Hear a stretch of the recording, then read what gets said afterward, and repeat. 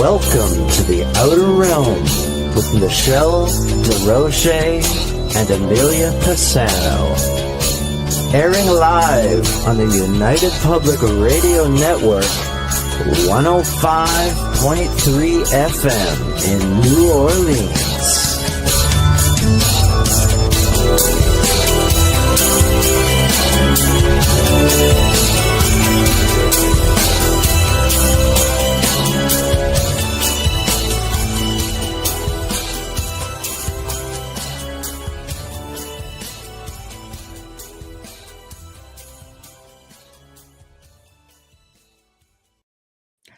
Good evening, everyone. Welcome to the Thursday night segment of the Outer Realm. We are broadcasting live on the United Public Radio Network, UFO Paranormal Radio Network, 105.3 FM from the Gulf Coast, 107.7 FM from beautiful New Orleans. We are fully sponsored by the amazing people over at Folgers Coffee who have been a part of our journey for the last few years. Thank you, Folgers. We couldn't do it without you, nor would we want to. Also, big thank you to Justin Snicker, aka Dr. Snick, the Sonic Surgeon, for the contribution of his voice, his music, and his time for the intro you just heard. He is an award-winning composer of Halloween, horror, sci-fi, and dark wave electronic music, which can be found on all of your favorite music streaming platforms. Also, big thank you to Steve McGinnis, the artist behind all of our logos here at the show. Check him out on Facebook and Instagram. Also does Halloween and horror. That's his specialty. Does amazing stuff, but does phenomenal commission pieces. Big thank you to all of our networkers out there. Oh my gosh, I love to see you guys share everything up. I am so grateful, so humbled. Thank you, thank you, thank you. Love you so much.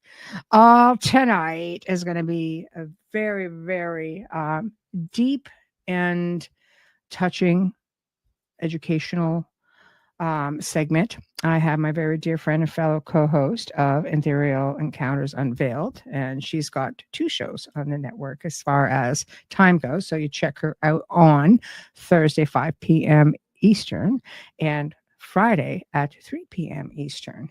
Anyway, Carolann Iadorola joins me to discuss death, the afterlife, grieving loss, moving on. We talk about it, we touch on it, but I don't think we've ever dedicated an entire segment to it. So put your seatbelts on and enjoy the show. And please, again, I will go ahead and put up comments every now and then.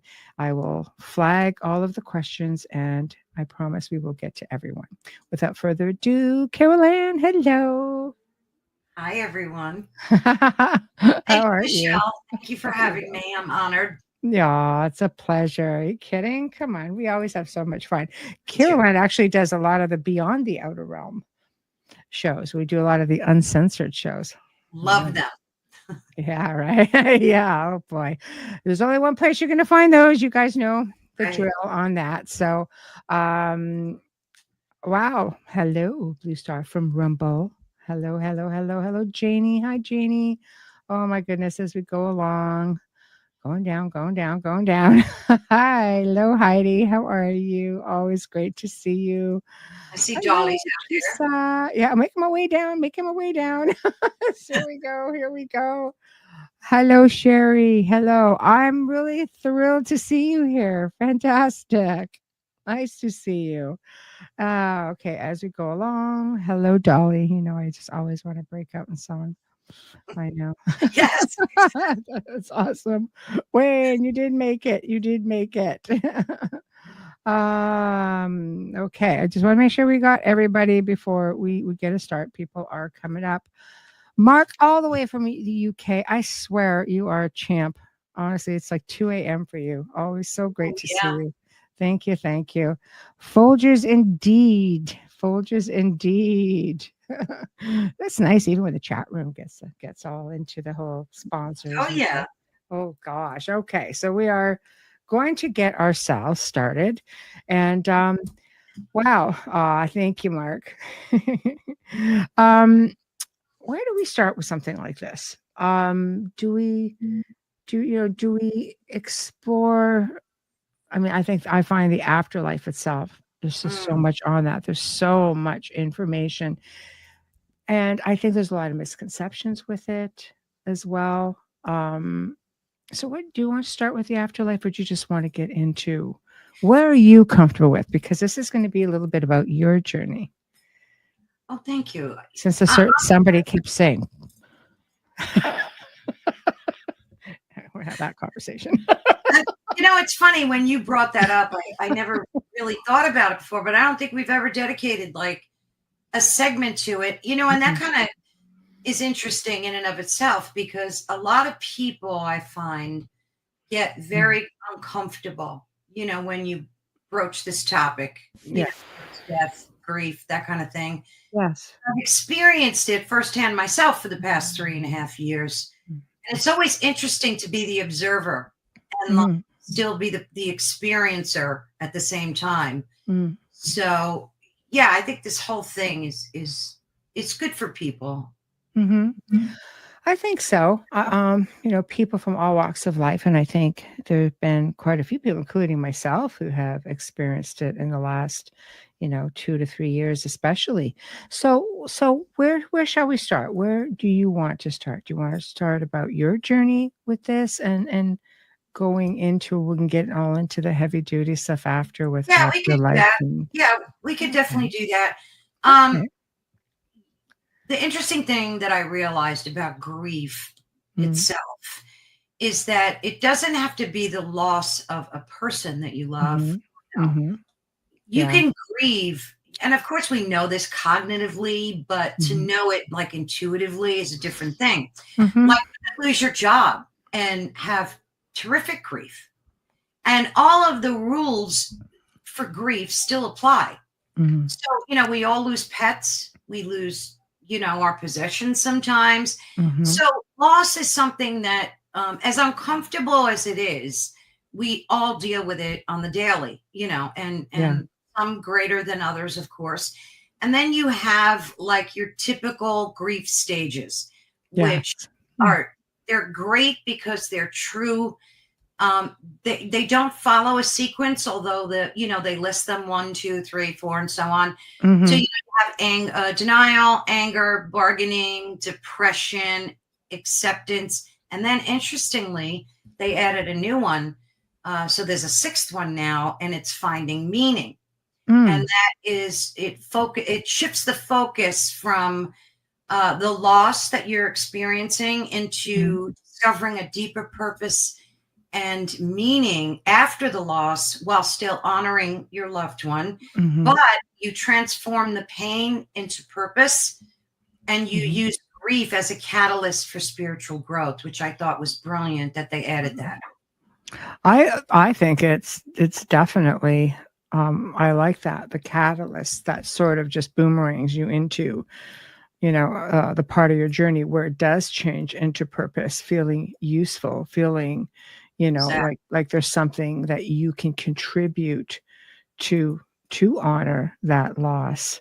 But then you get into that aspect. I mean, if you're really spiritual, I think, people look at the loss a lot differently. Like I say that, but I've never lost a child, for example. So it's easy for me to say, right? With that respect, I've never had to experience that. And I'm so grateful I haven't. I lost both my parents within about, 14, 15 months. That was very sudden. And I always thought, what? I've never grieved the same as many people. I've had losses in my life, and because I know there's the next level of life. They're on the next leg of their journey.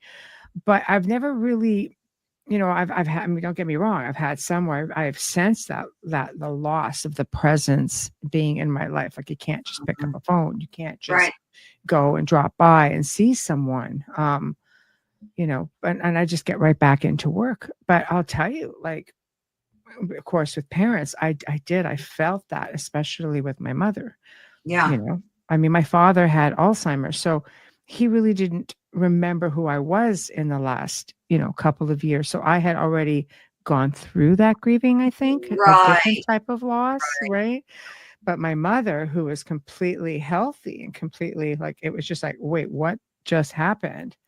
And then you realize one day, because I have such a busy life, that, I went from when I first moved out of the house, calling my mother like every day for like years, and then all of a sudden I just got so busy in my professional life as I got older that I didn't speak to her as much as I would have liked to. And then that sort of hits on you. So it's harder when you don't live with someone. Yeah. It's so unique and different for everyone. I mean, before I lost my husband, I met him when I was 18, and we were married for 45 years. Wow. So yeah, a long time to be with you. And the funny thing is, you take them, not that you take them for granted, but you expect them for granted. Like, you expect they're just going to be there all the time. And while cognitively that we're all going to pass, and it's something that we all do, obviously, I just never imagined it would happen. I always thought it was going to be way down the road, and I kept telling myself that.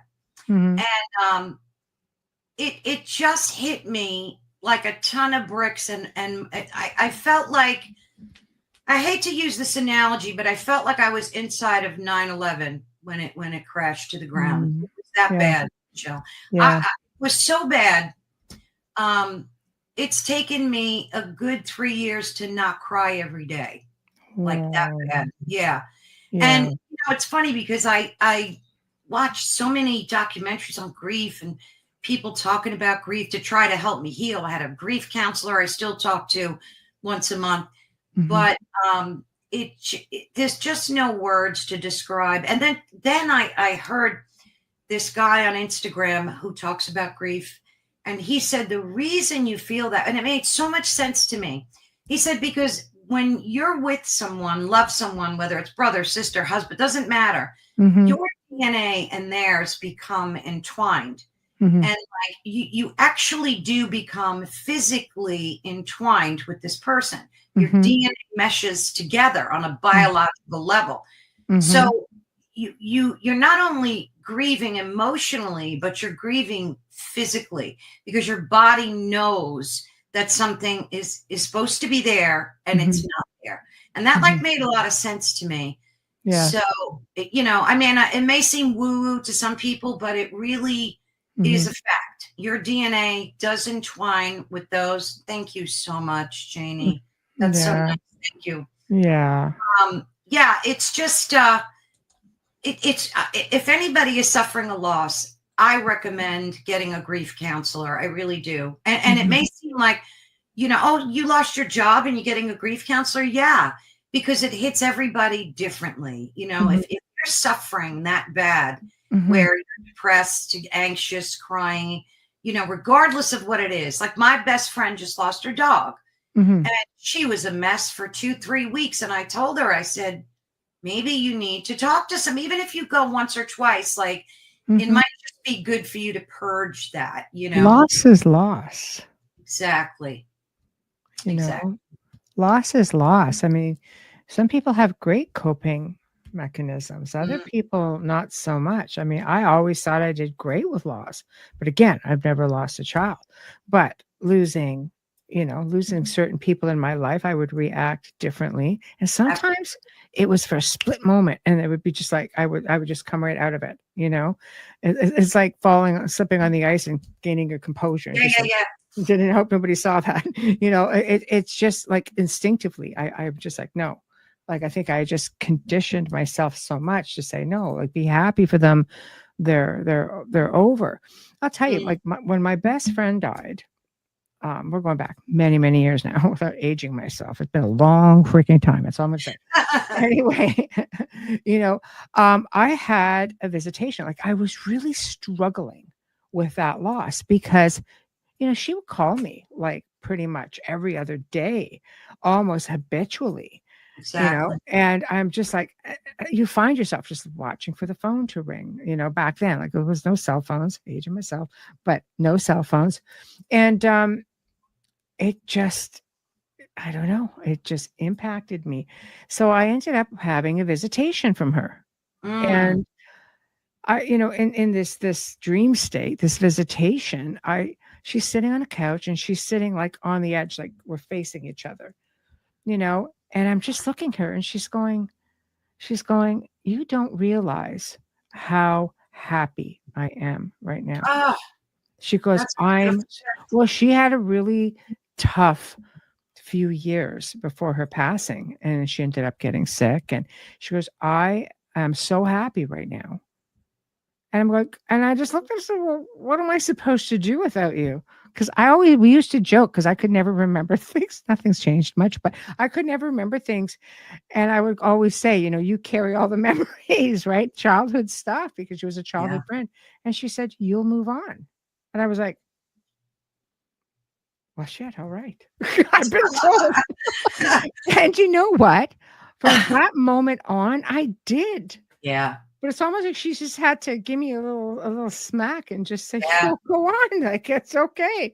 I was like, she's like, this stuff, and I'm just like, yeah, I do. So you just need to be taken out of that. Yeah.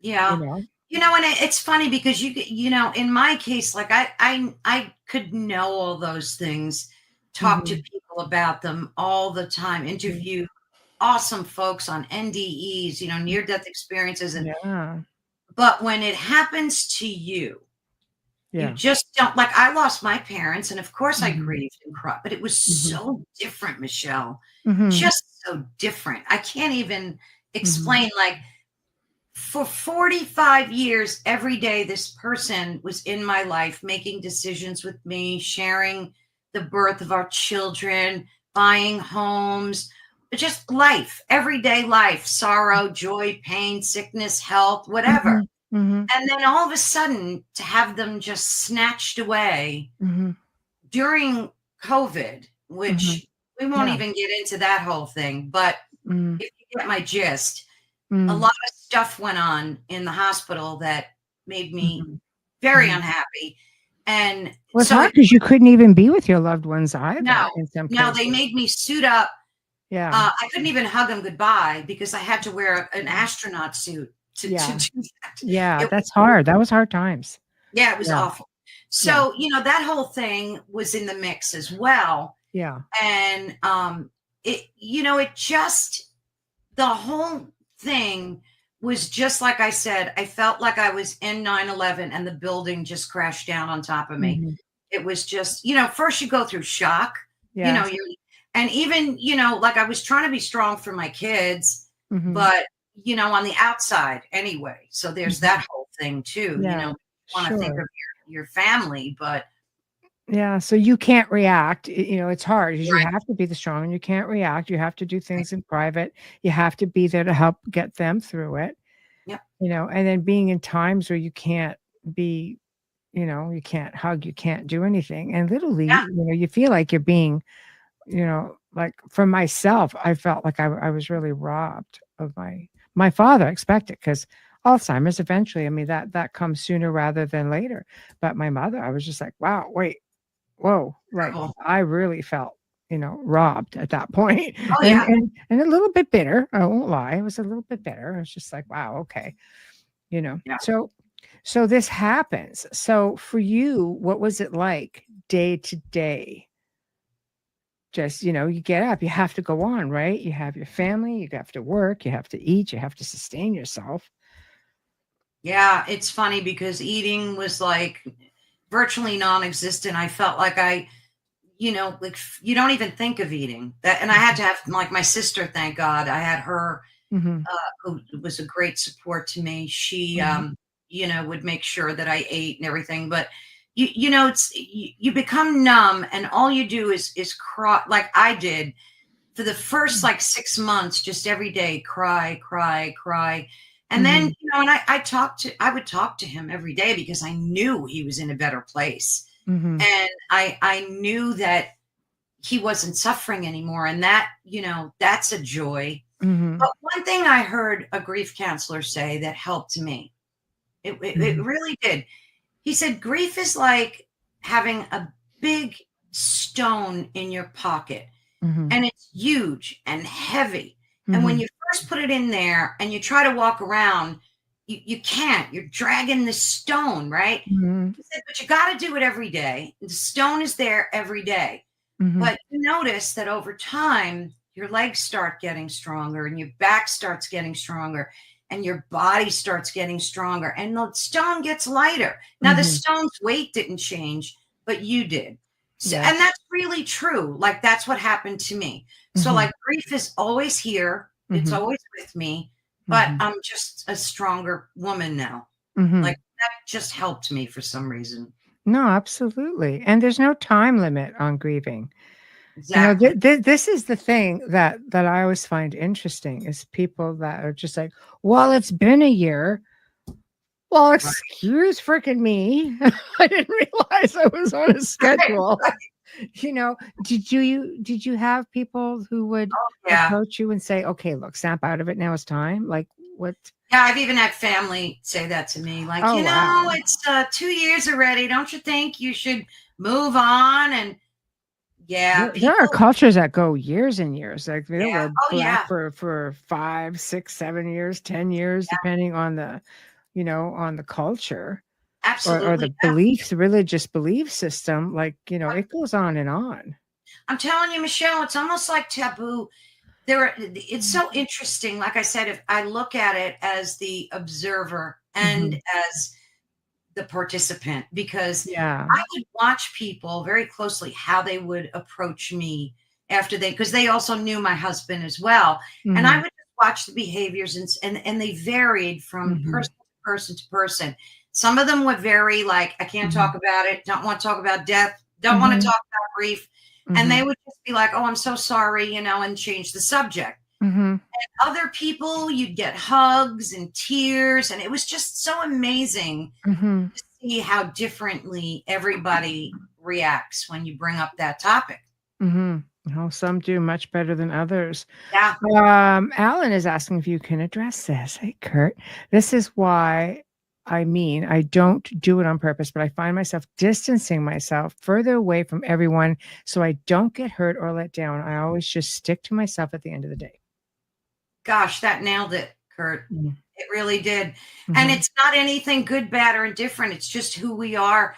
That's like a part of your monkey brain just protecting you as an individual, and I mean, I don't think I was like that. Like, before my husband passed and I had experienced that, if someone I knew of either their family passed or friend, I was not that person that would just brush it off. I would sit with the person, talk to them. But like I said, everybody is different. And I respect that. I would not get annoyed, Michelle.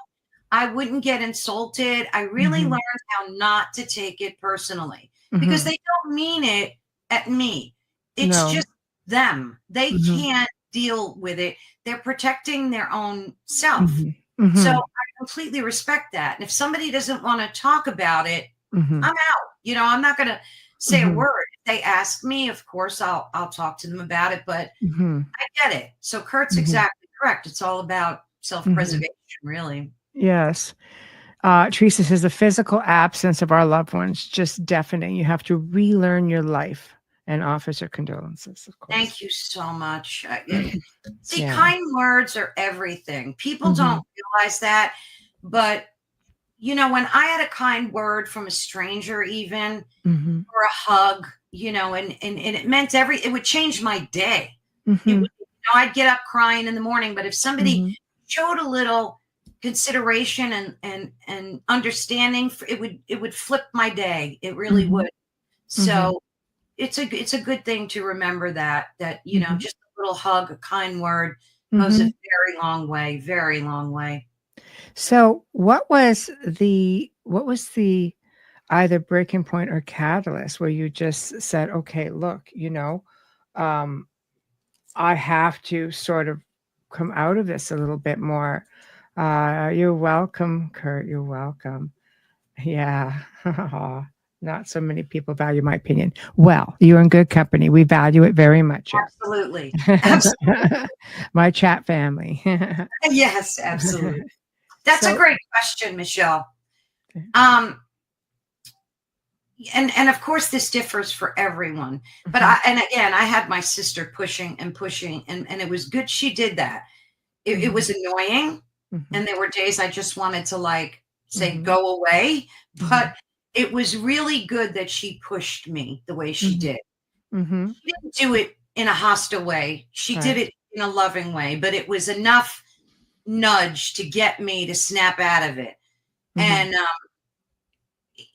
I one thing Joey told, my husband's name was Joseph. I called him Joey. Before he passed, he knew, like, and this is before he was really sick. But you know how you get that intuitive feeling when you know death is coming for you? Yeah. Like, I'm sure, Michelle, I'm preaching to the choir telling you, but he knew. And he said to me one day, when I die, I want you to find a boyfriend right away. And I said, you're crazy, you know, and I was telling him all that stuff. And he said, no, I'm being serious, because you're the type of person that you shouldn't be alone. You need to have a man. And he gave me that speech, you know. Oh boy. Yeah. Not a little awkward when your husband's saying it to you. Right. So I was so mad and everything, but and I quickly dodged out of that conversation, because who wants to talk about something like that? Yes. But, you know, I remember him in the hospital, because we only had video chat. He said it to me again. And then he said, just remember, I never, ever regretted marrying you. I have no regrets, and I want you to be happy for the rest of your life. So, like, remembering that, yeah, kind of pushed me to, like, hey, I'm here, I'm alive, I might as well.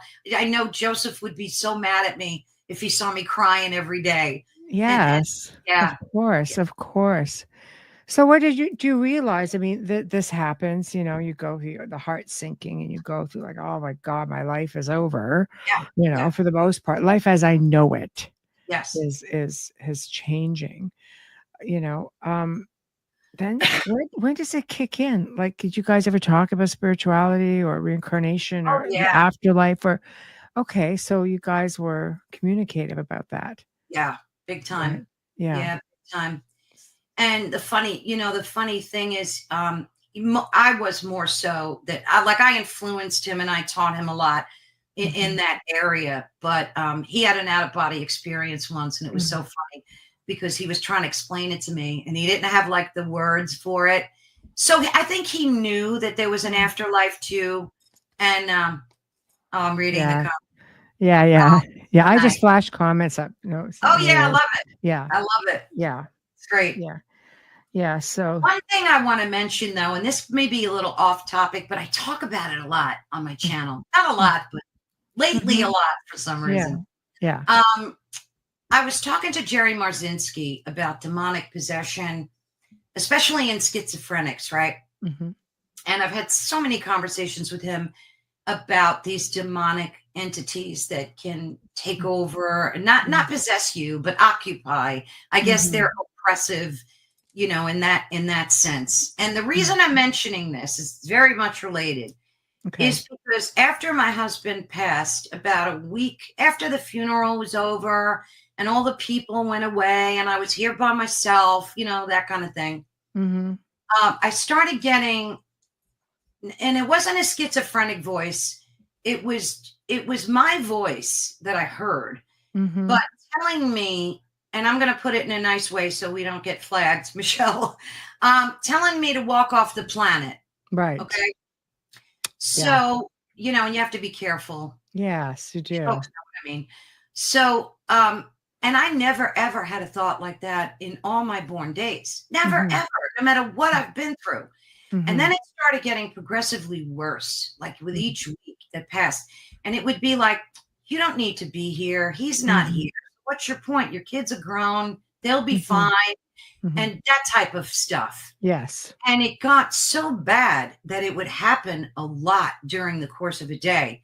And then I realized what it was. And it was, I think it was a demonic entity or force trying to beat me spiritually. Saw that I was in a weakened state and wanted to take advantage of that. And then I started praying heavier than I ever did. And within another week or so, with a lot of my prayer and meditation, it just stopped. So And I mention that because in case folks ever experience something like that. They do. I've worked with many people throughout the years, and I've actually spoken about this as well. Alan makes a good point. Demons have no power unless you give it to them. Here's the thing with that, is that when you are in a state, grieving is so difficult. And one of the main reasons, aside from the obvious, is that after the process has happened, after the death and the loss has occurred, people start looking for signs. They want signs from their loved ones. And Absolutely. they are in that, as you mentioned, that weakened state. So, I'll give you signs. Yeah. And the next thing you know, exactly right? it. The signs start happening. Now, all of a sudden, you are accepting the presence in a way, because you're being tricked into what these signs are. And that's what leads to a downward spiral if you don't catch it, and some of it is so obvious. But to show you how some people grieve, I remember I was asked to work with a woman. She messaged me and she said, I have a recording. And I've had recordings left on my answering machine after someone I've cared about has passed on. Like perfect, old-fashioned beep answering machines. Like I've had that right on tape, so it's not digital at all. And so when she messaged me, she said, yeah, she goes, I need you to help me with this message. I'm a bit perplexed. I was like, okay. It just happened that she was in the same city I was in, so it was manageable. I could do it.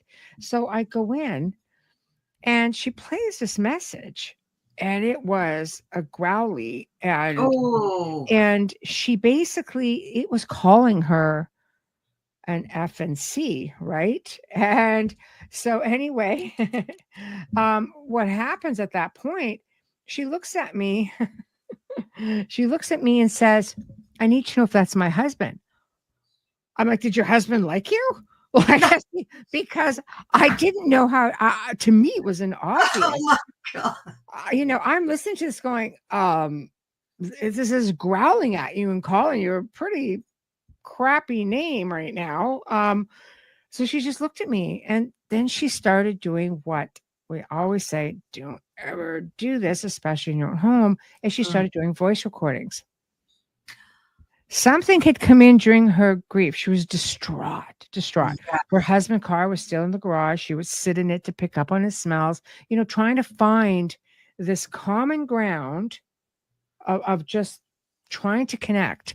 And something else came in. And the more recordings that she did, the worse it got.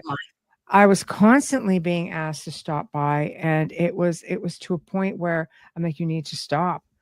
I need you to read what's going on. She needed comfort. She needed me to tell her what was going on.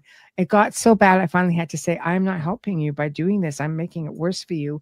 And I can't in good faith do that. You need to speak with a professional, or go speak to person of your faith, your parish, or a physician, or a grief counselor. Why would you think it was her husband, though? Did it sound like him, or was it just growly noise? Oh, no, it was like, you effing... Beep, oh, beep, beep. I was just like, I don't think your husband would call you that. But it got worse and worse and worse. Now, here's the kicker. Okay, wait for it, everybody. She called me over. She was, I promise this will be the last time. I said, okay, no problem. I ended up having to clear the place. Eventually I did. But I couldn't until she stopped everything, because it's like keeping your foot in the door. So I sat down, and she said, I've assembled some people. I was like, sounds serious. Okay. I would like to do some necromancing, and I'd like to bring my husband back into the physical form. What? I stood up and I said, I'm not your guy. Yeah. I am not. I says, I am not going to help you with this. I don't believe anybody can really help you with this in good faith. I said, this will come back and haunt you. And sure enough, it took her 2 years before I heard, for real. Oh yeah. She goes, well, it never worked. I said, no, I didn't figure. But I ended up 2 years later being contacted to clear the place, and it was bad. It was so bad. Oh, I can imagine. this is where it leads you. They get you at your worst point when you are feeling the weakest and the most vulnerable, when you're just hurting and you want just the one sign. If oh my God, I could do a whole segment on people that I've helped who were grieving losses of people that they loved and the after effects of what came through. And I've worked with people. Some of these things take months and months and months to do because you have to work with the grieving. And you nailed it about the sign thing. Yeah. Because my husband and I always for years and years and years said, whoever goes first has to give the other one a sign. Yeah. That was like, most couples do that. Like I know a lot of people that do that. Yeah. It's like fun, but you kind of mean it. So after he passed, I was like, I didn't ask for a sign. I just waited for one. I'm like, well, Joey's going to be showing me a sign. And I get up every day and I'm like, well, no sign today. And sometimes I'd be like, Joey, where's my sign? Like, because I talk to him every day still. Yeah. But then I gave up because I think you had said that during one of our other conversations and it stuck in my brain about how, you shouldn't ask for a sign because you don't know what you're going to get. So I stopped doing it.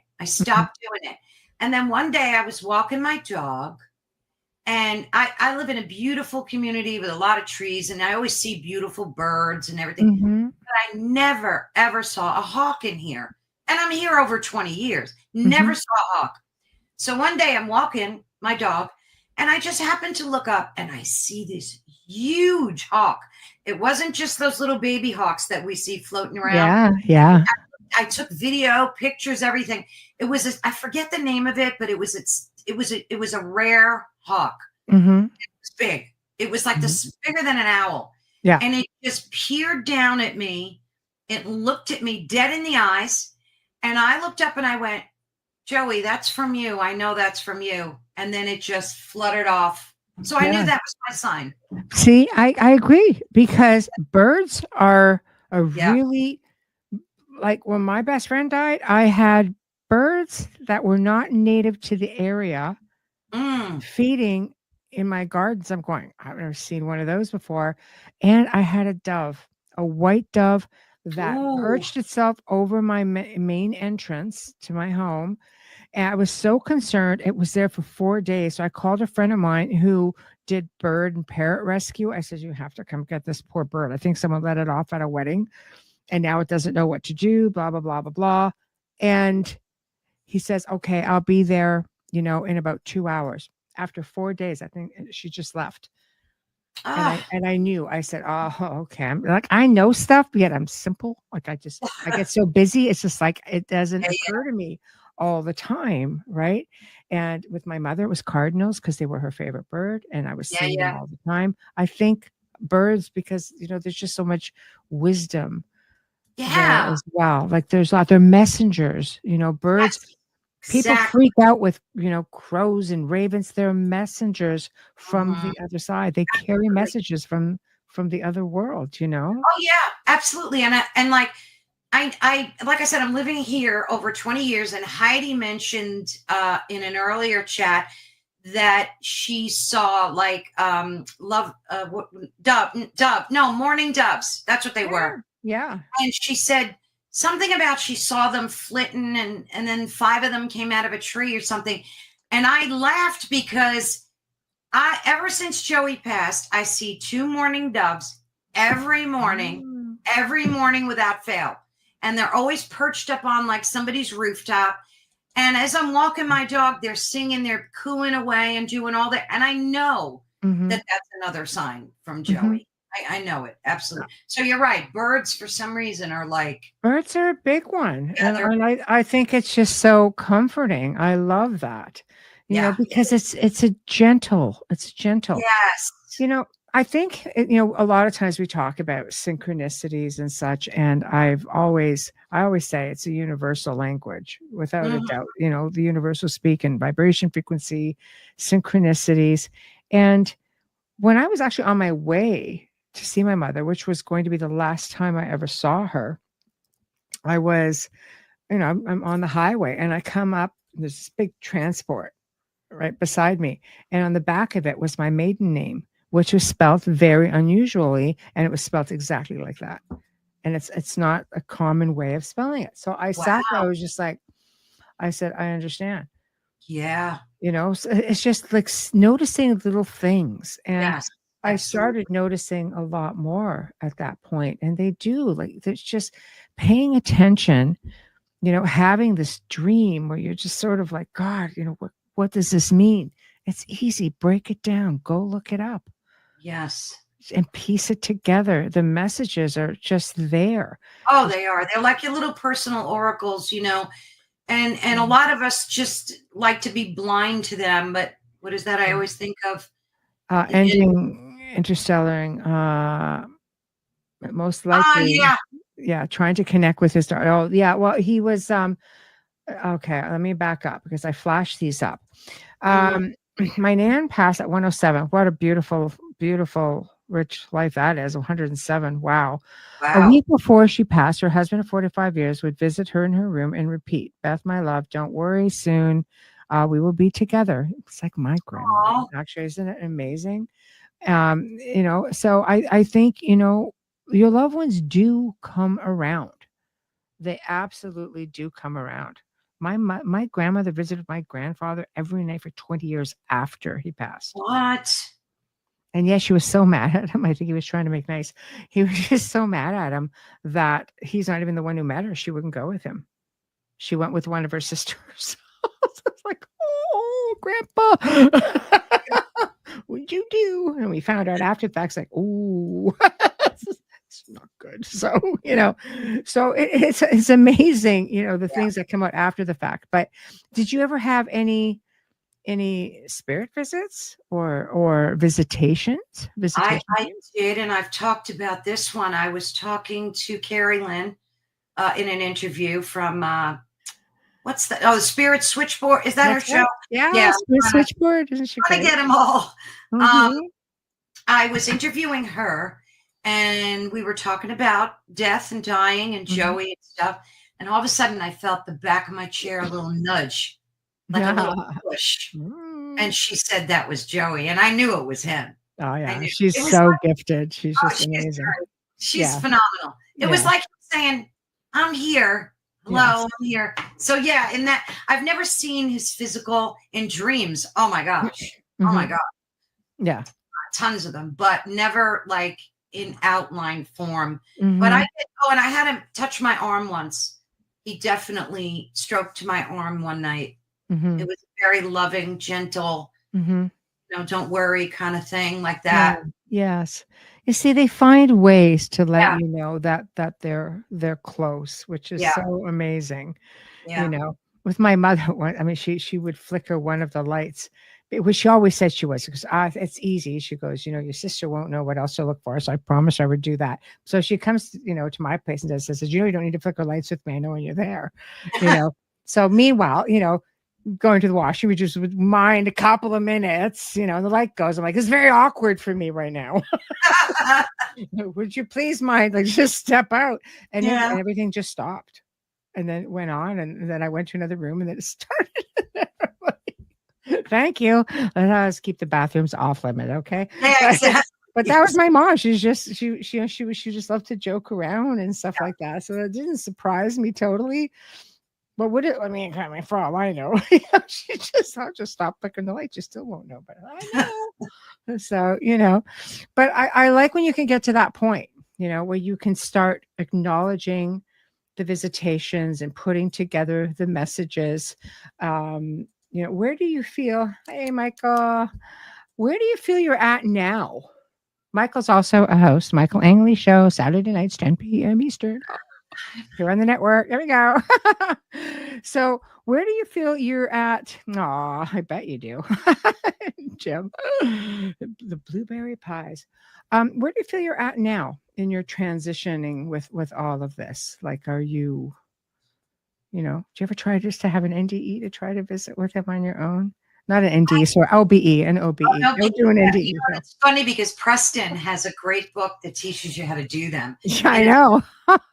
Yeah, he does. I love Preston. He's awesome. He is. So after I interviewed him, and this is how easy it is. You just do this, do this, do this. Yeah. And he's like, and don't forget to do this. And so I read the book and I said, I'm going to try it. And I tried for like 2 weeks, nothing, right? Crickets. Yeah. And then one night I did leave my body, but I didn't see Joey. I saw some dopey musician, like some stupid rock star. Who are you? What'd you do with my Joey? Yeah. The strangest thing, Michelle. Oh my God. And I got so scared that I just pulled my I don't know how I met this person, but I did. It was the weirdest thing. Might have just been the level, the door you came in through, the level.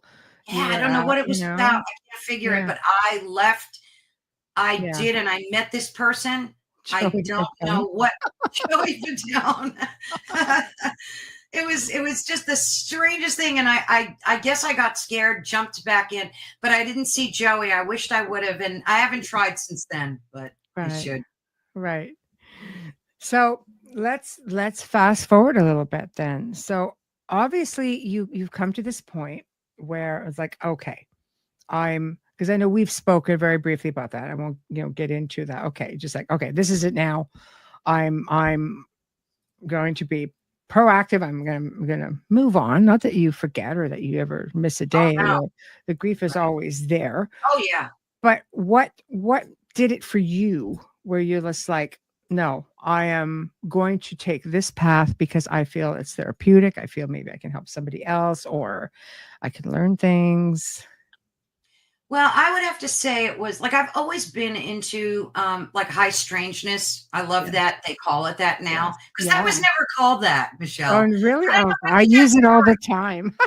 When did that start? Because I learned it on the network. Like I never heard that. That's a John Keel thing. John Keel coined that. Oh, is that right? I love it. I love it. It encompasses everything. Yeah. It does. It truly does. But my entire life I've been, a student of it is Heidi Tibet. And I think for me, being driven to what I'm doing on the network, especially, is part of that journey that is meant to be. So when I said before about how they added a 6th to the grieving, the list, it's so true because you do try to make sense of this tragedy that happened. And for me, it was to continue this journey deeper than I ever have before. And that helped like nudge me along the way for sure. Do you feel like watching the shows and working your way to doing, a podcast? Do you feel in a way that somehow connecting to the field of high strangers that maybe it would bring you closer to Absolutely. being? Gosh, you ask all the right questions, girl. Yeah, exactly. That's exactly the truth. Yeah. And it does. It's not just hoping that it would, but it absolutely does. Because every time I interview somebody, they have a different opinion and it's almost like a Kundalini thing, Michelle, but it's not like an all at once Kundalini awakening. It's like a progressive one that, and it's a journey that we all take. And as an empath for me, and my husband knew, and he would always joke with me and say, Carolann, you're not from Earth. Where are you from? Come on, tell me. I can take it. With me all the time. But so doing this and you do this 24/7, Michelle. This has been your life's work, right? So you understand better than most that it truly does bring you closer to, like you were talking about the afterlife. I got such a broad spectrum idea and knowing by interviewing folks that have had NDEs, and each one of their stories are so uniquely different, but they have similar cross undertones. Yeah. Yes, that are there, like it's almost like ley lines. They're there, and they all have this in their story, but yet they're so unique and so beautiful. And I think I've only heard one maybe that wasn't so great, but then it turned great, so like he passed away and he was in this dark void and it was awful. I felt a huge tabby cat. Oh yeah, don't feel you have to read. I just put them up. Yeah. I'm always so intrigued by what folks are saying. You see, you want to go after it, absolutely. Yeah, I remember said huge tabby. Yes. But so it's so, and it does pull you closer to and it in terms of grief and sorrow, it does help relieve that pain, that inner pain in your core, because like you said before, you do know that there's something far greater and far better than this matrix that we live in. But at the same time, the humanness of me is in so much pain still every day. Like, I don't think probably an hour goes by where I don't think of him in some way. And think about that. If you had to think of, like, say you're sitting here working, you're doing whatever you're doing, and it's you're just constantly pulled to think of that person. So it's been 3.5 years of that every day still.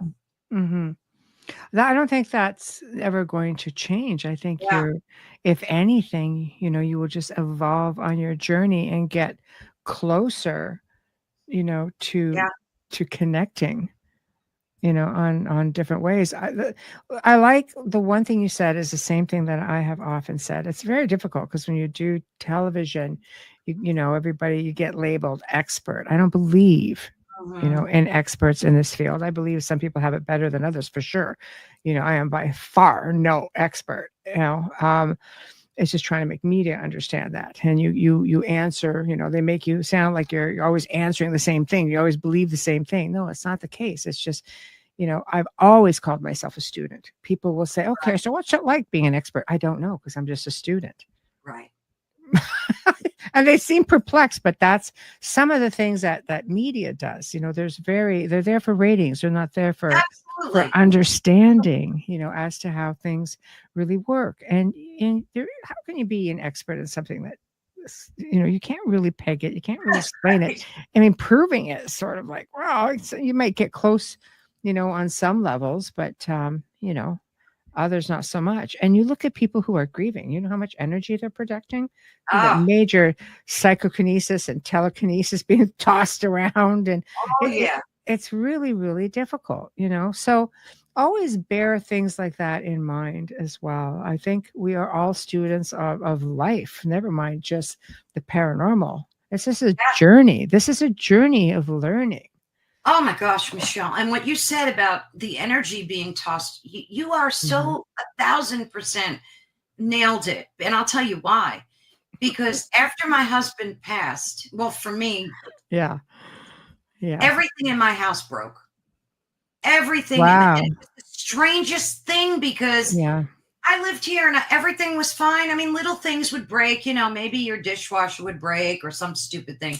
If I have a laundry list of things that literally crashed and broke in my house. My HVAC system went, my garage door went, my fridge went, my stove went, my dishwasher went, and so on, and so on, and so on. You're just taking everything out. I think I did that. I swear to you. Not that I'm so powerful, but I think. No, but that's what I showed you, how powerful of an energy. Yeah. And then one day I said, Carolann, this crap has to stop. Like, you got to, you really, like, you can't. You just can't do this anymore. So I said, okay. And then I kind of meditated on that. So things calmed down. But then I started breaking myself. I broke my hand. I broke my rib. Oh, wow. I busted up my knee. Wow. And mind you, I had never, very rarely, you have a trip and fall. And then I did it again. I said, okay, Carolann, that's enough. Like, you're pushing this grief thing a little too far. But yeah, you can destroy very easily without even knowing that you're doing these things. And I believed that I absolutely did them.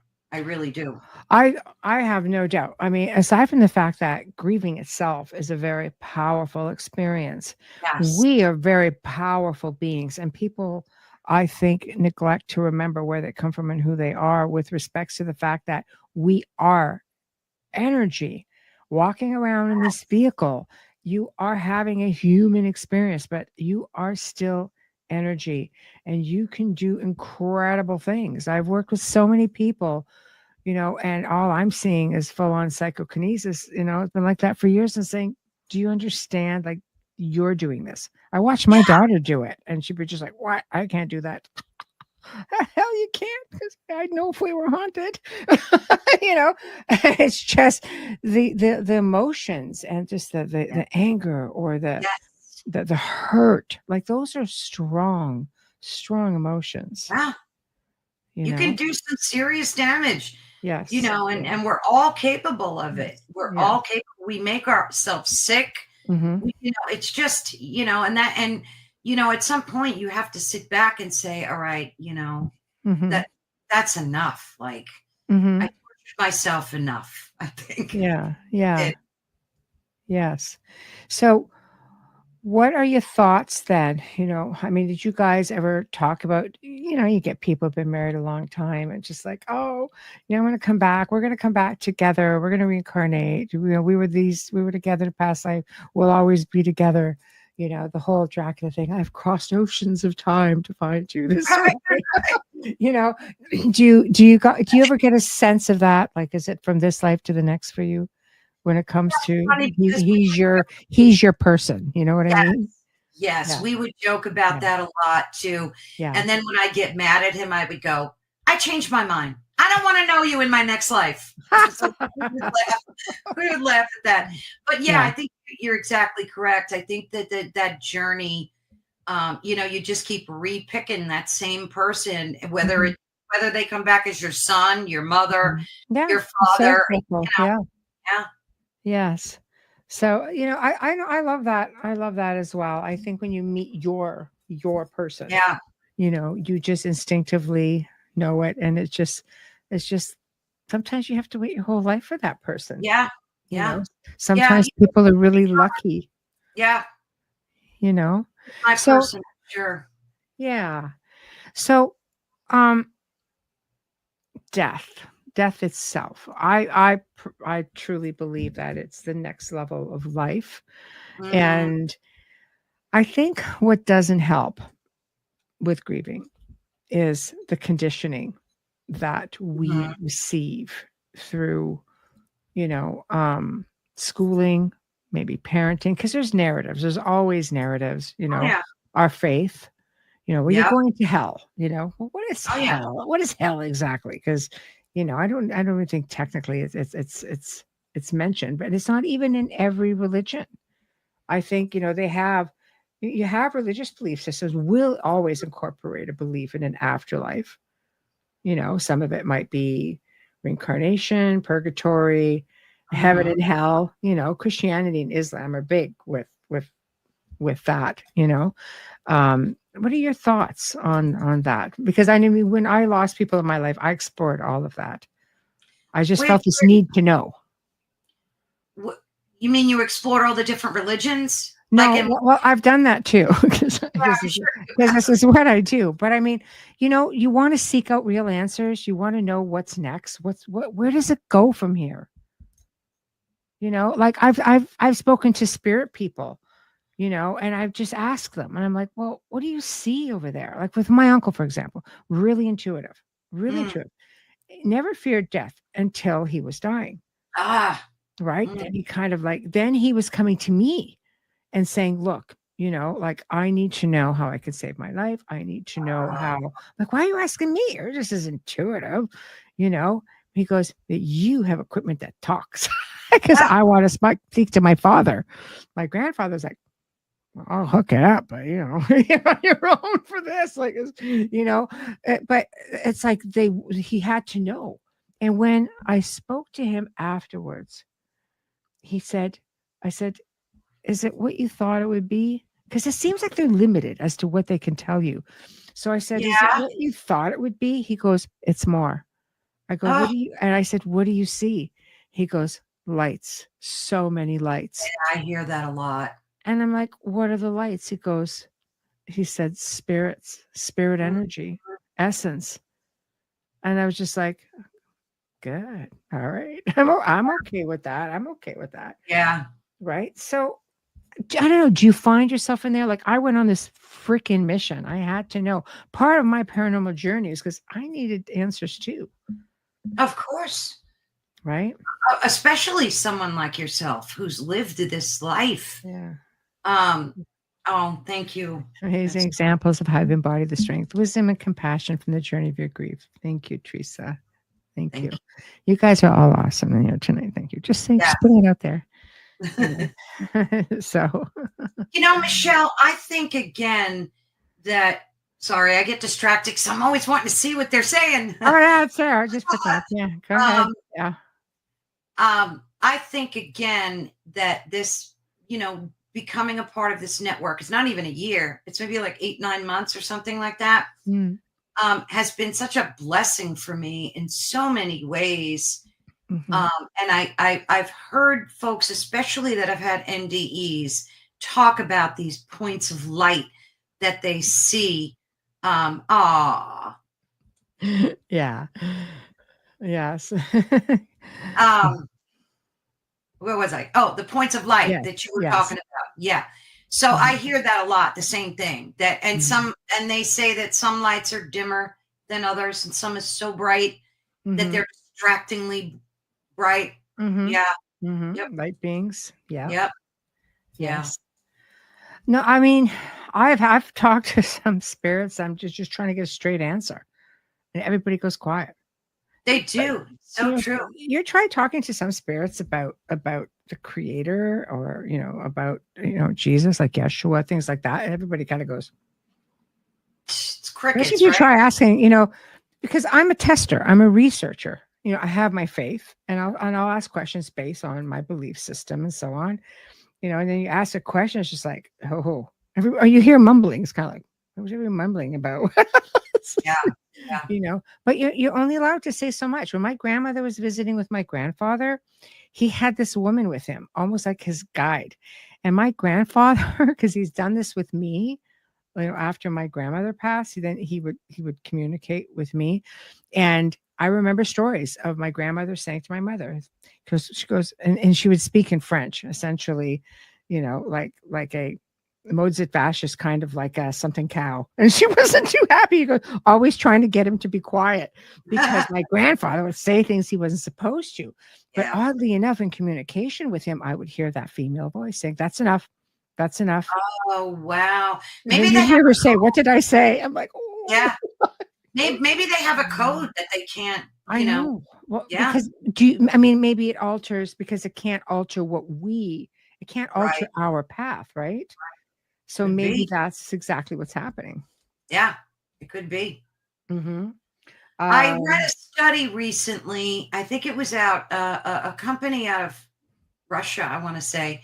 They were able to track where a person's soul goes after they die. They have some kind of machinery. So I'm Googling it, trying to find out if this is fake news. And it wasn't.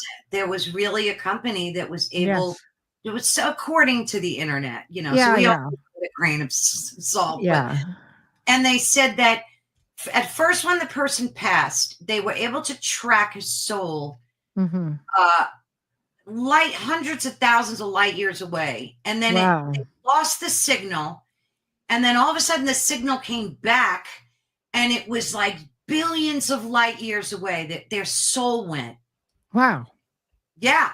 You should go check that out. I probably still have the story somewhere. I would be extremely interested in that, just out of from a research standpoint. The curiosity is just sort of getting the best of me. But I feel that, I mean, scientists now, are chiming in and saying, oh, we know now that the spirit moves on. Yeah, the spirit moves on. Mhm. Kat, also a show here on the network. Carolann is a host here on the network. I can hook you up. Yes. There we go. I can hook you up. I love to interview the other hosts. So anybody email me, Yeah. Carolann at Ethereal Encounters Unveiled. Yeah, there we go. But yeah, Carrie, hello, Carrie says she also had researched that. Yes. But that, I think that is just it. They believe that, yes, the essence does move on. But let's get into the fact that there is a very strong belief that the essence can split. Mm. So the soul can live simultaneous.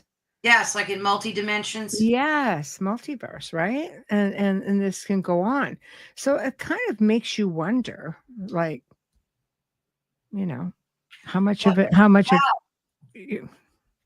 is the soul really splitting, or is it that spooky action at a distance thing that Einstein talked about, where when they did that light test and how it traversed through the holes? I'm so bad at trying. I can't remember the name of the test.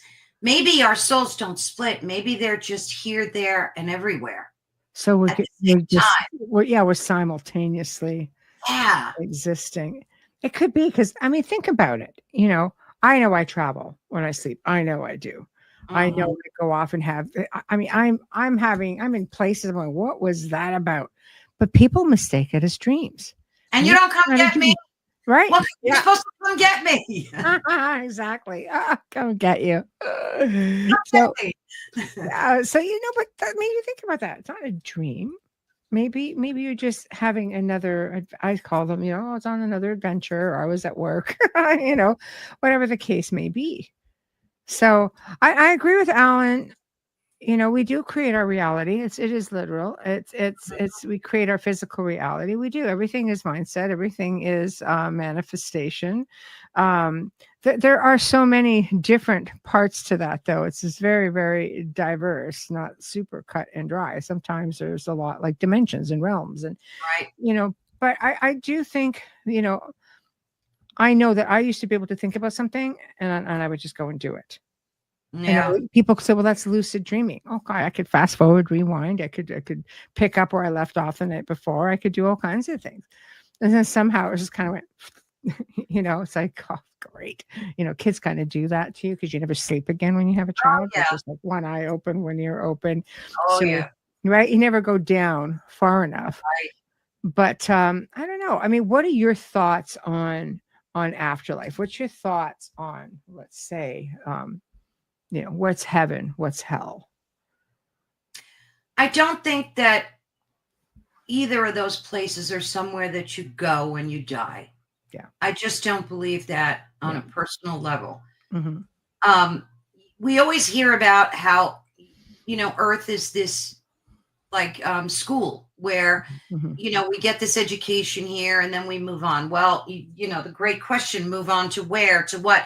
Then they tell you, don't go to the light. It's a trick, because that's just going to keep you in the reincarnation. Oh, like the soul trap sort of thing. Yeah, trap. Right. And I've heard people that have had NDE say that that's not true. You're supposed to go to the light. So, like you said, Michelle, it's like crickets when you talk to people. You get different opinions. I tend to think it's the school of life here, and that seems to resonate. It's a trap, Heidi says. It is a trap, and there's men in it. I tend to think it's that kind of thing. It's like reincarnation, learn from this life, move on, and I just keep like every day praying, please don't make me come back here. Please. I've heard that this is like a really hard place to reincarnate to. I've heard that that theory from like many different people throughout the years. I'm just like, it's difficult, but you have to ponder. I mean, we're so conditioned to fear the darkness through movies or just through Oh yeah. dark beings. You're conditioned to fear the darkness. I've never feared the darkness. I love the darkness. I'm one of those people. I always laugh. I said, I could live in a place that's, I'm not a fan of the cold, but I could do long nights, or I could do a month of nights, like constant darkness. I love the darkness. I love the stars. I love the stillness of all of it. But you're conditioned to fear the darkness and always gravitate towards the light. Yeah. You always darkness fears Michelle. It's so funny. That's good.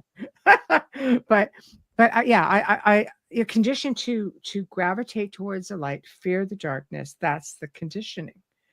And then we get into this reincarnation thing, and then you have everybody who's like, no, reincarnate, you were this in a past life, you were this in a past life. They make it very exciting, so when you factor all that in, there's so much emphasis put on the conditioning part of it. I mean, I could see maybe where people might think, you know what, I'm okay with not doing this and stepping outside of the of going down that light, the tunnel of light. And some people, if you talk to, Joe said something very interesting when I first got on the network. And it's so strange because I've known him for a lot of years before ever even coming here. And he goes, there's a belief that going down to that tunnel of light and meeting your loved ones is you being reborn. And you have, a doctor coming through this long tunnel, and you're coming in and you see loved ones there who embrace you and welcome you. Right. So I don't know. I'm kind of like, I don't think I like that option much either, because that means I am back. Yeah, exactly. So I don't know. It is very interesting. And I like this. Jim says, it is our innate need to believe in an afterlife, a process of our brain's evolution of survival. I agree with that. I do agree with that. Yeah, I think that's actually really well put. No darkness could beat the darkness of the mind. It's true. Oh boy, that's good. Yeah, the mind, for sure. Ellen says the physical plane is the hardest place to live in, but we choose it. Just as we choose everything else, we're powerful beings. We forget that we choose it all. Yeah, exactly. God, such wisdom. Yeah. Rumor has it this is a gangsta planet. Aliens lock their doors, flying by the earth. Probably not wrong. It's either that or we're just like one big TV show. Planet Earth. Let's see what they're going to do this week. Don't you find it? That would be great. Don't you find it interesting, though, how the veil is lifting off of darkness's exposure? And I don't mean darkness in terms of night. I mean evil, demonic. It's just exposed now, and we're all seeing it.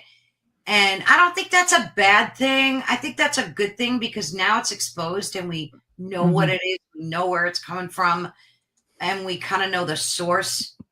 That kind of thing can hurt my brain. Yeah. Yeah, no, for sure. I don't know. What is our, as humans, what is it that drives us to want to know? Loss. I can understand, loss hurts. And I think in turn, does it create, you would think, does it create a fear of dying? Does it just, I don't fear dying. I'm more concerned about the method of my demise than dying itself. Right? Exactly. It's how you go, not, when you. Yes, exactly. Especially with a lot of things that I've worked with over the decades. Yeah. Yeah, it could be a little bit freaky deaky there, but I think we're on a journey, and the journey to evolution, I think, is to try to sort a lot of this out, because we don't really die. Why can't, for me, and I know better because I've worked this, for so long, but I know we just move on. I know it's just moving on. Here I am. I'm okay. Your loved ones come around and they're always around you. It gets a bit awkward, but they're always around you, and they are pretty much, they're just showing you move on. Like, why are we stuck on this? Why are we so stuck on the physical part of the aspect of it all? I think because our senses have spoiled us. Like, we've become so addicted to the ego in the physical form, and just gluttony. And I don't mean that in a bad way. I mean that human way. Yes. You know, we're all about purchasing, you know, things.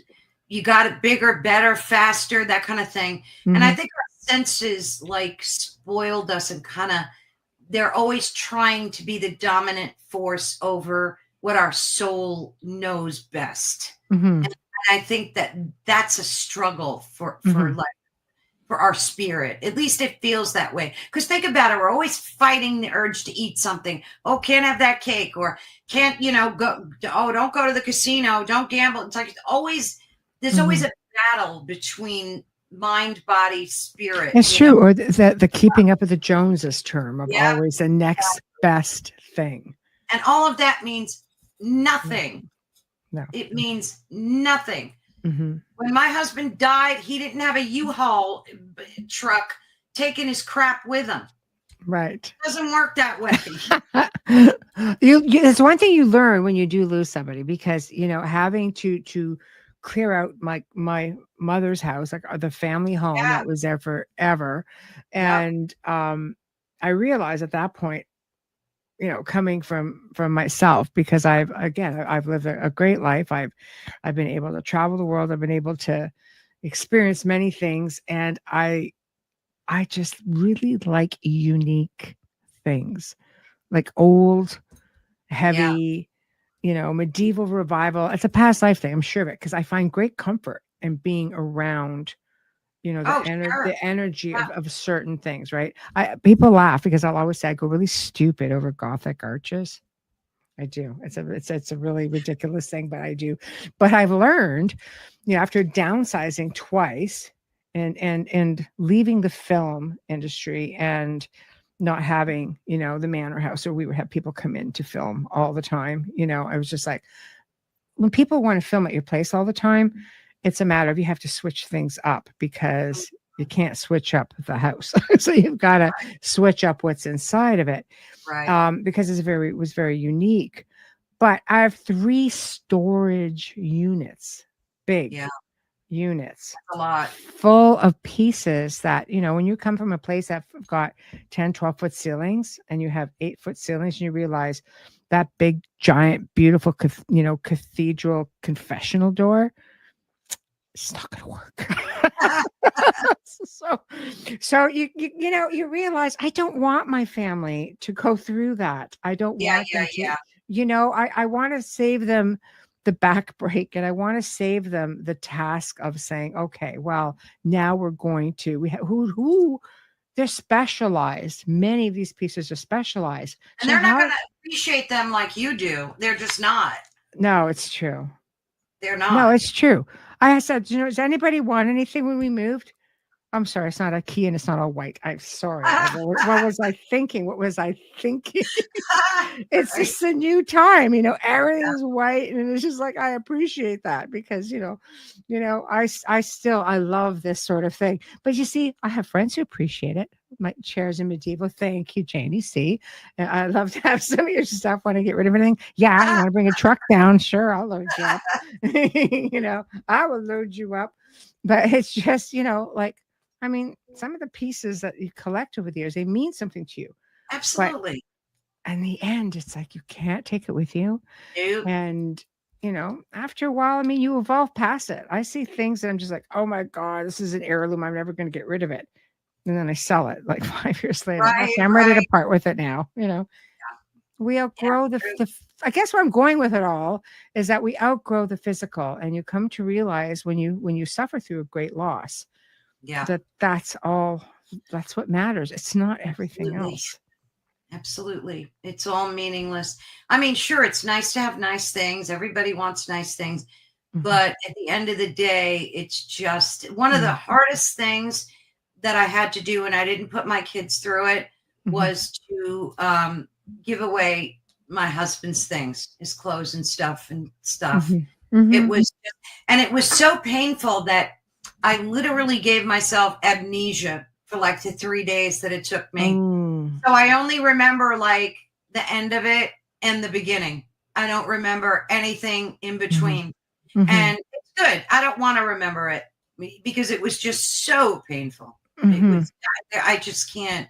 That's all I know about it, was that it was one of the worst things that I had to do. Was I think it's because you're purging. We think when we do that we're purging that person away, and my grandmother held on to my grandfather's stuff for 25 freaking years. So when everybody's getting rid of her stuff, they had to get rid of his stuff from the 25 years before. She's like, don't you touch a thing. It's like, okay, man, all right. So I mean, some people just cannot get through that process at all. Like, it's just not even an option. So but you know what, I do think if you can get past that process, it's always going to be hard no matter when you do it.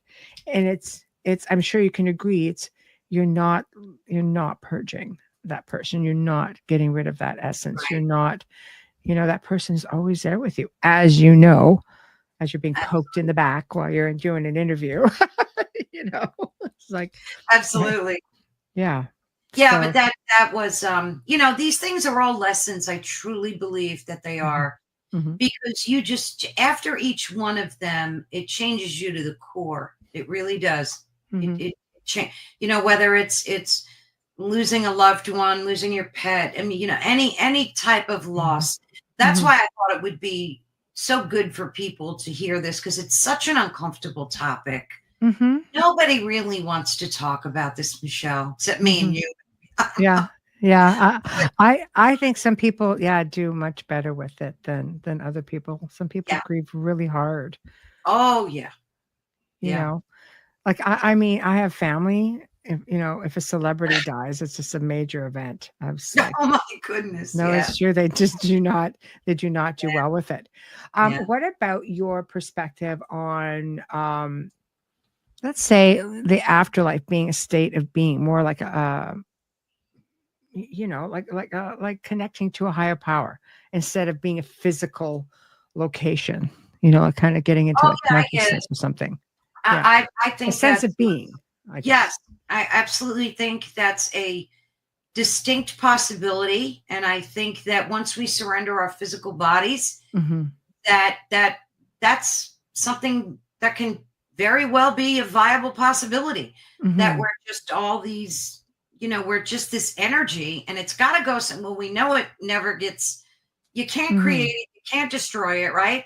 So it just is. And it goes back to the state of isness. You know what I mean? Isness, it just goes back to what we were meant to be, our true nature. I fully believe that. Yeah. No, for sure. To me, the body is just a burden. I mean, it's a great way. It really is. It's just a burden. A burden, yes. It truly is. And that's the one thing that makes me not afraid to die, because you're shedding this weight and this, I mean, yes, it's great because we have our senses, and they're just as wonderful as they are awful, right? But I think that when we shed this body, that our true nature is truly exposed. And I think you're right. It's just energy going back to the state that it was meant to be.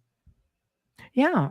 I think it just goes home. It just goes back to creation, to energy, into the universe, and wherever that place may be.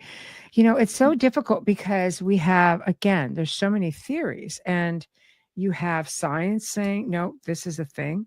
You have, yes, now we know the essence moves on and trying to figure it out. You have, religious beliefs that tell you it's a thing. We have a lot of good theories out there. And I've been asked that question so many times out of the numerous interviews that I've done through my years.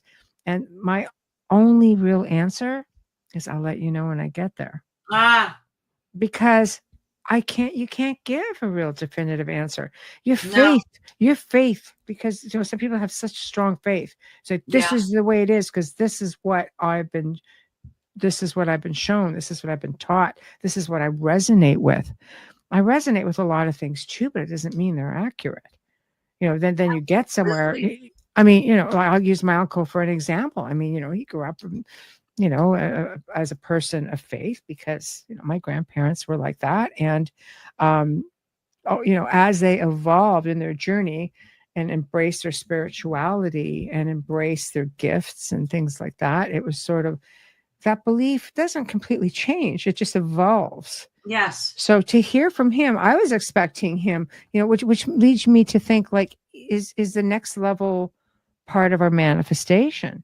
Like, if he was, if anyone who thinks, for example, I want to see baby Jesus, is that who they're going to see when they get there? As part of their manifestation, their wants, their right. So if you're, for my uncle, as his beliefs evolved, it didn't mean he didn't believe in the belief of God and Jesus and Mother Mary and all that, because they were raised Catholic. But for him to say there's so many lights, like I feel close to the Creator, like I feel, because you're back to being in a part of that creation. You are a part of that creation, right? Absolutely. So there's something that is just so far beyond, I think, the things that we are taught here. And it doesn't mean you can't or don't take it with you. It just means that it's all connected in one form or another. Yeah. I mean, and we only have, the vocabulary to express so much of it. And I think from talking to people that have had such astounding NDEs, they have a different way of it. I could never re-explain someone's NDE the way they can. For sure. And it's just, and you're right. The ones that really have a strong belief in Jesus do see Jesus. That's right. Yeah. The ones that believe in Buddha do see Buddha. That's right. So I fully agree that you're taking down that path of your own beliefs. I think so. I think so as well. Carrie, it's funny. I asked my spirit guide, or my spirit, I'm assuming that's what you said, who really was the genius that created us humans? She replied gently, it wasn't mine. Beautiful. I love that. Thank you for sharing that. And Alan says, anyone who thinks we weren't created by some intelligent being hasn't been paying attention. Religion and all that does not matter. 100%. Absolutely. It's just manifestation. It could be, there's so many different levels, and it doesn't mean you have to leave behind what you resonate with. It just means that, take it to another level. Yeah. I mean, I went to a Catholic school. I was raised very strict Catholic, and I had nuns, whacking me around left and right. Oh, and I was told, I was going to go to hell if I didn't do this and didn't do that. Yeah. Didn't say, 10 Hail Marys and 5 Our Fathers, whatever. Yeah. Confession every week. And, we were raised in that. So, for me, when I became like 14, I knew that wasn't the way. At that young age. And I went and bought every book by, I mispronounce his name, Cahill Gibran, I call him, but his name is pronounced like Khalil or something. I'm terrible at it. But I went and bought every book that he wrote, and I was back then searching for, I knew that just intuitively, I knew that wasn't the way, that I wasn't going to go to hell when I die if I didn't say my, novena on Sunday. So, and I just knew that intuitively after being, brainwashed my whole life with that. And, it's interestingly, it's like your own spirit guides you towards what you need to know and when you need to know it. Yes, 100%. 100%. I think sometimes that you will connect more to your creator in nature than you will within four walls somewhere. Like there's, you have to, spirituality will teach you, and whatever beliefs you have, just add the bonus of spirituality to all of it, because it'll teach you that you will find all of that within yourself. You will find it. Because it is literally everywhere. 100%. Yes, that's it. We're all connected. There is a greatness in humanity. And in that we are connected on a physical level, but also in spirit, 100%. You 100%, know what I yeah. mean? What'd you say? It would be a terrible disappointment to arrive in the afterlife and be met by something you didn't know or believe. It would tell you everything that you knew the truth was wrong. Yeah. Yeah. Ooh. Yeah, it could. But that's what I always Yeah. say. I'll let you know when I get there. What I get from NDEs, it seems that when we transition, we are still in this personality until we remember our true origin and emanation point. You see, I go with that because it was the cruel joke about not being able to freaking remember. Yeah. You know, Very well, cool. you haven't learned a lesson. Well, how am I going to learn a lesson if you don't tell me where I failed? That's right. That's Well, just, maybe that's why we're intuitive, Michelle, because maybe those are indicators that are kind of letting us know where we failed and what we should be doing. And because we always have that nagging intuition, each and every one of us, right? And some of us listen to it and some of us don't. Yes. But it's true with the NDEs, like talking to people and watching them on video really has given me a lot of hope for the afterlife. Like I feel more hopeful now than I ever have before, that there's something far greater and more magical than we could ever dream of. And I think it's all great. Yeah. Do you find part of that is because you've had experiences and you've had visitation dreams with Joey and you know that he's still there? Yeah. In the moment, like you're still very aware of what you're doing. I have so many stories of loved ones who have come forward for people, and the one I like to tell the most really is of a spirit individual being at a wedding. And because one of the daughters was very skeptical. She goes, yeah, well, if that's the case, what was Aunt so-and-so wearing? He said, the beautiful blue dress and the ugliest hat I've ever seen. The daughter broke down crying. She goes, oh my God, it was hideous. She goes, it was 100% right. And, Hysterical. Like fully aware of that, there's just so many little things that come out where they're so aware of everything that happens in your everyday life. It's still happening. Right? Absolutely. Absolutely agree. Thank you, Cliff. I appreciate you. Thank you. Oh, thank you. Loves the topic. Oh, how Good sweet. Thumbs up. Yeah, thank you.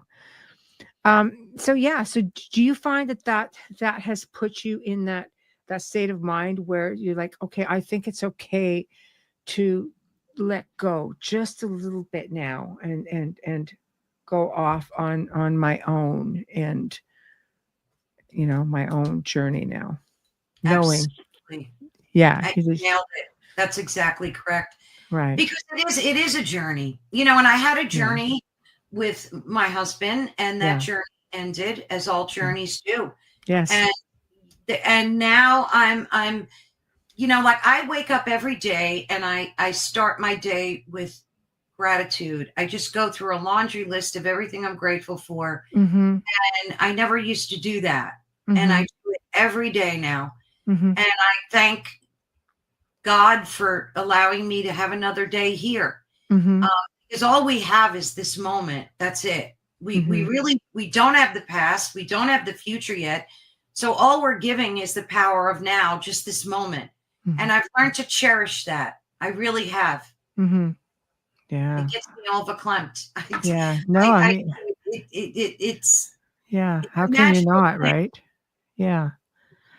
I know that I find after talking to so many people who have suffered through losses, myself included, that I start listening more now to, and I start paying attention to the synchronicities. I find myself listening more to even nature, because it's the simpler things, but you realize we ourselves are a miracle. We ourselves, nature, everything around us that has been given to us to care for, and some people feel very miserably at caring for this incredible planet, and all of that it encompasses, and that that is also part of our journey. To be grateful and to just sit there and look at the simplest things. Also, I sat there the other day for about a half an hour and just watched this little bird fighting with like a piece of something in its mouth because it's nest building time. And I'm just like, it's freaking amazing. It's so resilient. But it's just like, but this is what I think we don't take the time to do. We don't take the time to enjoy those little things. I mean, life keeps you busy, the system keeps you busy, but I think, you could really connect to source a lot easier if we took the time to look at the gifts and the messages, synchronicities. Like, they're everywhere. It's one of those things that once you see it, you can't unsee it. Exactly. Right? It's like we're distracted from ourselves. It's almost like we can't, sit with ourselves anymore. Yes. You either have to have a cell phone in your hand, or people can't go to the bathroom without having a cell phone in their hand. It's right. I mean, it's just the way it is. So, and like you said, nature, just what, like, that's why even when I'm walking my dog, I just won't look at my phone. I just try to look at the trees and all the birds and just appreciate.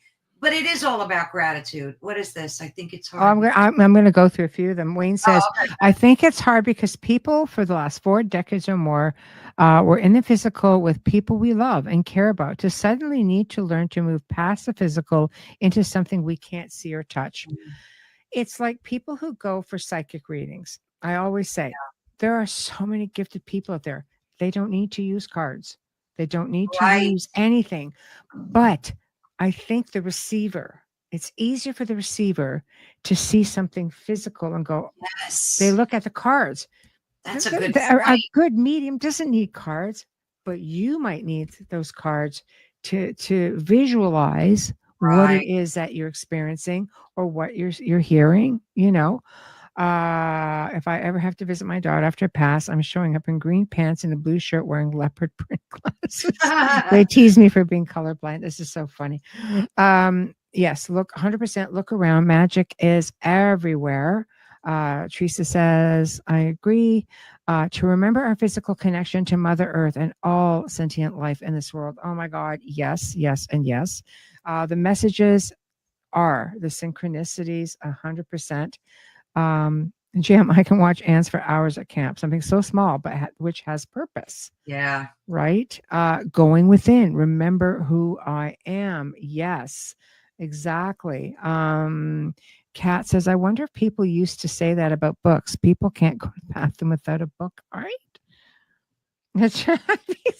It's, I mean, yes, time definitely, it passes quickly. It changes.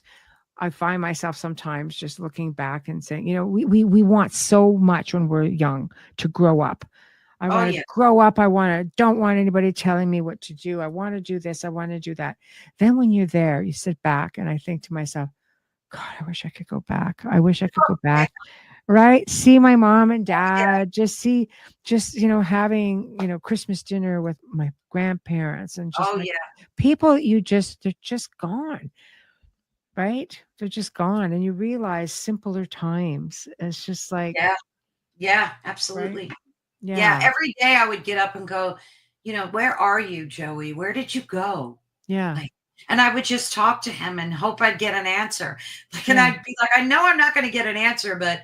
How do you know? How do you know it's just not left as like a sign?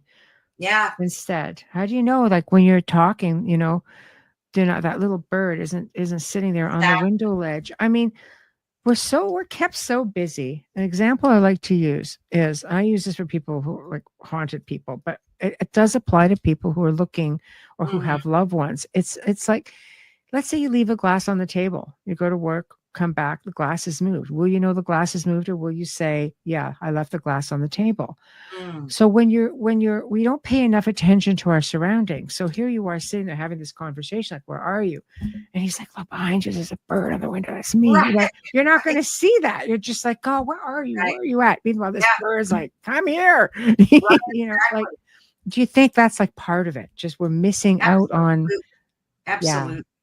That's why when I saw that hawk, I knew. I was like, Yeah. And I took like a sigh of relief. It was just so wonderful. Yes. To just know, like I knew that was my sign. Yes. There was just no way around that. So it was great. You know, you have to get to those magical moments when you're going through. I know it's hard, easy to say, hard to do, but there will be good things that come from grief. There are good things that come from grief. You know, any suffering, there's an empowerment that takes place inside of you.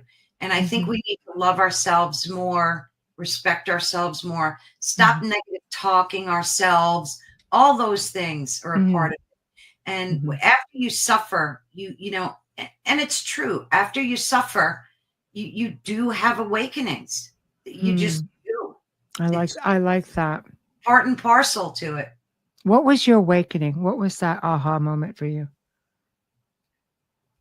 I think I want to use the word completely, but I'm not afraid of death. And that was a big one for me. I'm truly not afraid to die.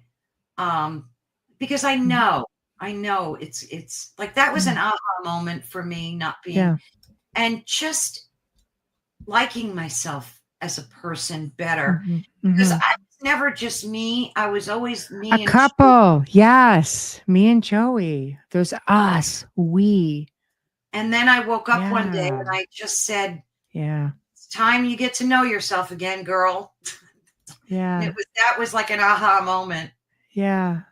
I love that. I mean, I know that we love having you as part of our UPRN family. And I love having you in my circle, and I love it. You know, I think you found your home here, and I think that you are evolving in all kinds of great ways, you know, and I think you're just meeting all these incredible people, because there's one thing about this network. When I say, you know, like the UPRN family, I mean, we look out for each other. We, you know, like we just do. I mean, you need a guest, sure. The guest didn't show up, you know, you're available. Yep, I'm there. You know, like it's just we resonate with one another. We just do in our chat family. I mean, we're so grateful. You know, like so many people in our chat, they'll support a lot of the shows, and then we have some who are, you know, who are just here. They love the show. I'm humbled that they love the show so much. Yes. You know, the awakening would be terribly difficult, necessary, but hard nonetheless. It can be, but it could also be really, really beautiful too, I think, you know. Such a great lady. Love the episode as usual. Well, I can hook you up. I can do that. So, okay, it's time to promote yourself. We're getting up there. So tell us about your shows. Tell us what you have coming up. Just go. Oh, goodness. I have a lot coming up. One of the things I have to say this before I promote myself is I'm so grateful to you, Michelle.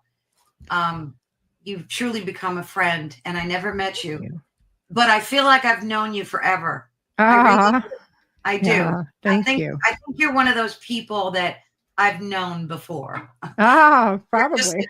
You're a wonderful spirit, and you're just such a good person and a generous and kind person. And I absolutely adore you. Thank you. You're so kind. You made me cry now, but thank you. But I just had to say that out loud because I truly mean it. Thank you. Yeah, thank you so much. And thank you for having me on tonight. I had a lot of, I hope that this helped other people, you know, dealing with anything in their lives that, like I said before, that they've lost. So, but I have shows twice a week, which kind of shocked me because I never expected that. I always go once a week, but it's good. It's going good. And the Friday shows are pre-recorded. They're for the guests that like live in Europe and can't make the live. So they're Friday at 3 p.m. Eastern Standard Time. And who do I have on this week? Oh, well, what is today's date? The 5th? Oh my God, I have to look. Well, tomorrow's Friday. Yeah, it's crazy. Today I had a really good show with Judy. Yes. She suffered from schizophrenia and recovered. And that that's an amazing story. I think everybody needs to definitely check out. Mm-hmm. And we have our conspiracy theory coming up on the 6th. Am I right? That's tomorrow. That was for those of you who missed Beyond the Outer Realm, since it's a daytime show. Yeah. It's with Carolann and I. You're gonna We'll get catch sick it of on me, her Michelle. show. No way. Will never happen. Right. No. So I thought it would be too much. But yeah, I love doing that show with you. And then it airs on my channel like a few weeks, maybe 2-3 weeks later. Yeah. There's so much fun. So please be sure to watch tomorrow Michelle's show, of course. Yeah. We have some good ones. We do, because that was part 3. And I think part 4 is 1 second. We're doing another one on July the 1st. Dun, dun, dun, dun. Yeah, that's coming up too. Yeah. So the show tomorrow is our 3rd show. It is. Right? Am I right? Yes. Oh, and it's you gotta watch it, guys. It's really good. Yes, it is. We always have a good time, and we always try to be quite informative. So yes, of course. And so yeah. So unlike myself, you'll probably actually be able to still see it on YouTube with Carolann. Oh, so far, keeping my fingers crossed. Yeah, you're a little luckier than I am with that. I don't take the chances, and neither does the network. But everybody someday and have no YouTube channel. Yeah. Well, yeah, one day it'll come to that and be like, oh God, here we are.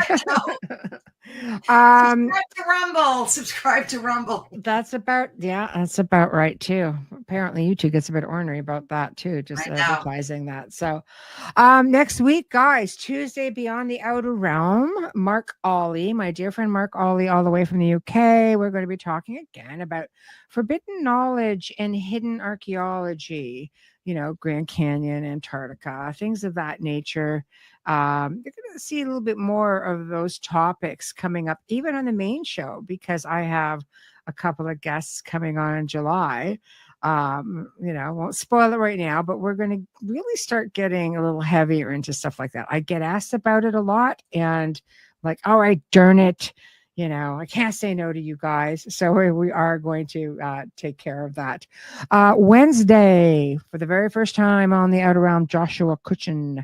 And this is going to be talking about the similarities between the UFO phenomenon and the Fae folk. Oh, that's good. I know, right? And Thursday, another friend of mine and fellow researcher, Dan Hammond, is going to be, he's a researcher of the obscure, the paranormal, cryptids. And we have had some pretty incredible conversations, and he's one of these people who'll send me photographs and say, what do you think of that? I'm like, is that a freaking wolf? And I'm talking like dog man.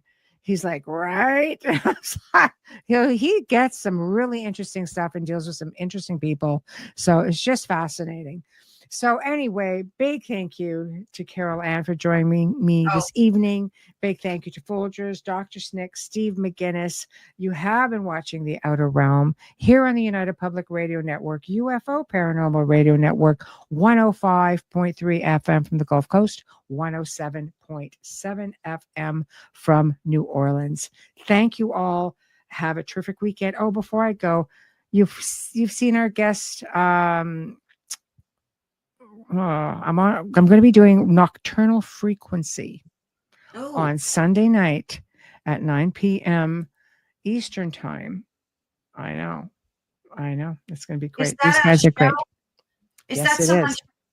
Oh, yes, you got to post that on your. You'll post that.